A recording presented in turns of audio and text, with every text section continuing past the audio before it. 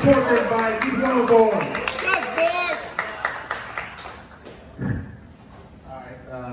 So real quick, Leah made a comment, by the way, I wasn't worse. Leah made a comment about some kid in a wheelchair beating the last place guy at kickball. Unfortunately, I was always the last place guy at kickball at home. I was so bad in athletics when I was a kid. My dad would take me out in the yard to play catch. And he couldn't figure out if I was left-handed or right-handed for 2 years. So I still think he picked wrong. So once I realized I'm not very good at sports, I thought I'd try getting in a coaching opportunity, right? So my son's getting older, I'm going to coach t-ball, and coaching t-ball. The very first thing I did when I was coaching t-ball was all the parents were lined up with their phones, right? And I got this kid standing across from me. He looked like the kid from Christmas Carol. And he's got his glove that his parents apparently just bought him on the way to the event. And I throw the ball, and it hits him square in the face. And I felt terrible. I was crying over his parents. It's partly his fault, because you'd think he'd have some reflexes, right? So we left. I let him go over to his parents. And these kids don't know how to run bases, right? These kids are 6, 7 years old. And I said, you know what? We're going to learn how to run bases. I'm going to create 2 teams. You guys run team 1 and your team 2. We're going to run the bases. Whoever runs them the fastest is going to win. And this little kid named Josh raised his hand and he goes, Coach, we're all winners. And I said, here's a life lesson, Josh. Here's what we're going to do. We're going to run the bases, right? And whoever wins is going to get the Capri Suns and their sunships. And the other team's going to do 15 push-ups. So I walked over after Josh got done doing his push-ups. And I said, do we all feel like winners now, Josh? Life lesson right there. Anyway, I love going on vacations. I took my family to Myrtle Beach because I'm high class. Yeah, so on the way there, I don't drink coffee. I drink Diet Mountain Dew like there's no tomorrow, right? So I'm drinking Diet Mountain Dew, and I'm going to a gas station. I can't want to come out, get the car. My daughter goes, yeah, you can't drink that. I said, why can't I drink Diet Mountain Dew? She goes, do you heard the study? They did this experiment. They put a dead rat in Diet Mountain Dew in it. In 5 months, it dissolved. I said, well, good thing there's not a rat in my stomach. You didn't like that one, okay. So we get to Myrtle Beach, and my kid says to me, we're golfing, and you guys play golf these days, you have to listen to music. Woo! Right? So we're down there, we're listening to music, and actually, no, we won't listen to music. I said, where's the speaker? And he says, the speaker's dead, but my favorite song is Kenya by Sea of Thieves.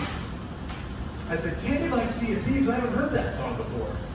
He goes, can you see if these nuts fit in your mouth? I said, you know what's funny? They still don't. We're a weird family. So anyway, my wife and I have been married for 30 years. We took a cruise a couple weeks ago, and we went to Iceland, Reykjavik, and we get to this place, and there's a penis museum. Yeah, you guys know there's actually a penis museum? You been? No. Okay, you definitely go. So you get to this penis museum, and they got sperm whale penises and donkey penises, and like you go through this whole thing. And I turned to the general manager at the end, and I said, you know what? This needs an interactive experience. And I'm willing to volunteer for as long as I'm here in Reykjavik. You can touch it, you can look at it, you can touch it, and I'll even let you taste it. Yeah, okay, that's what we're trying to sound. Okay. And what's funny is after that, I thought, well, there's a penis museum. Why don't we start a pussy museum? Right? There's got to be a pussy museum. And here's the thing is, women are free. Because I'm pretty sure they've been in the museum before, right? You walk in, if you want to see everything, I would charge for that $100. I would give them I'd give them $100 refund if they could find the clitoris. I'm making a lot of money on this one, right? So that's a weird joke, but I'm going to stay with that one anyway. So we decided we're out with Reykjavik. We actually we go to we're on this ghost tour. This is where I begin to realize I'm not sure I'm a fan of people. So we get to this place, and we're on this ghost tour. And by the way, if you get to Iceland, go on a ghost tour. It's fun as shit. So we go on this ghost tour, and this guy, he's like, his family died in the 1840s. And as some British tourists raise their hand, they go, what's the metal made out of that's covering the tombstone? And it's pig iron. She's like, I don't believe you, because that would have rusted by now. What do they clean it with? Clearly this guy had no idea what they're cleaning pig iron with. I said, oh, I know. It's called Gagamine. Gagger my nuts, you dumb bitch, for asking that. I mean, look down here. All right. I'm just trying out new material tonight, by the way. So here's my conclusion.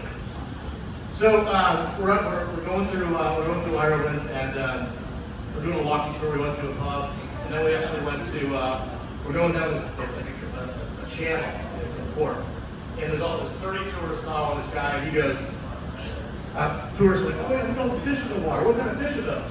And he goes, those are tench. Nobody eats those. He's like, they taste terrible. He goes, well, not nobody. I don't want to sound racist, but, and he paused just like that, and I thought, whatever he says next is going to be terrible. I'm going to punch this guy in the face. But he said, the Polish people eat anything. Come on, that's fun. Yeah, that's my style of sports.